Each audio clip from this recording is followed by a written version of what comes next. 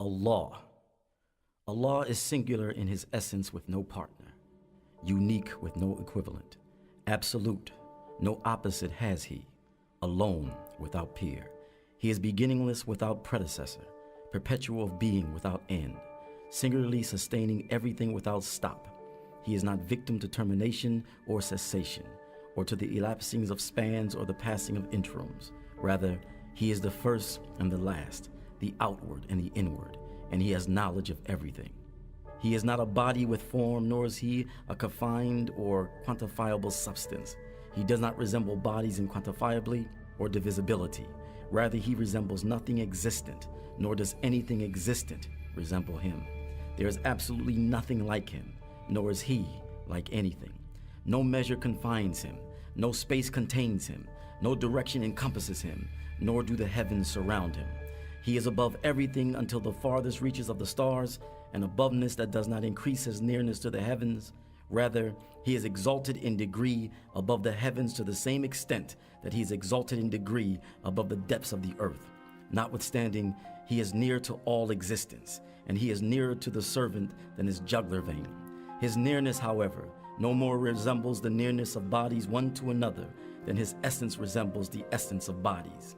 He is too sublime that space should encompass him, as he is too hallowed that time should restrict him. Rather, he was before he created time and space, and he is now as he was always. He is separate from his creation by his attributes. He is transcendentally holier than to be subject to change and movement. Rather, he remains in his qualities of absolute majesty, not subject to abating, and in his qualities of perfection with no need of increase.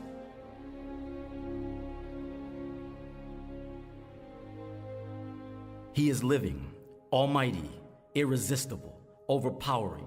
Deficiency does not affect him, nor does incapacity. No slumber can seize him, nor sleep.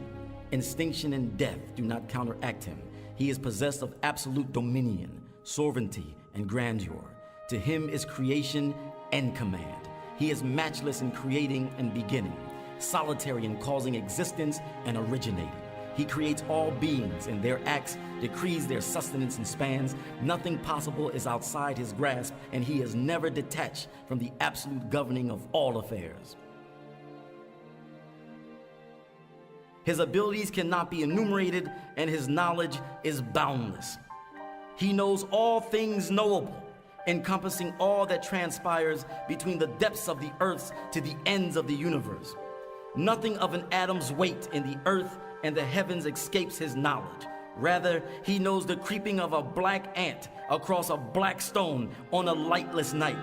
He knows the movement of the particles on a windy day. He knows the hidden and what is beyond. He presides over the thoughts of the conscious, the movements of the cerebrations, and the recondite subtleties of the psyche with a beginningless eternal knowledge that has been with him forever. He is the willer of all that exists, and he is a director of all that occurs.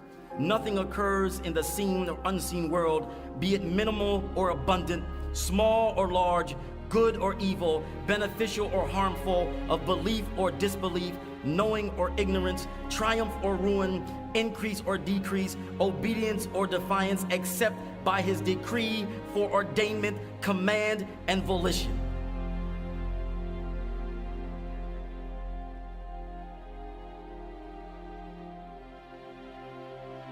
What he wills is, and what he does not will is not. A servant has no escape from disobeying him except through his conferred success and mercy. He has no power to obey him except through his assistance and will. If all of mankind united together to move or retard a single atom in the universe without his will and volition, they would be unable to do so. He hears and he sees. No audible thing, however faint, escapes his hearing, and no visible thing, however minute, is hidden from his sight. Distance does not impede his hearing, and darkness does not obstruct his seeing. His attributes do not resemble the attributes of the creation to the same extent that his essence does not resemble the essences of creation. Everything other than him is an originated thing that he created by his power from nothingness, since he existed in eternity alone, and there was nothing whatsoever with him.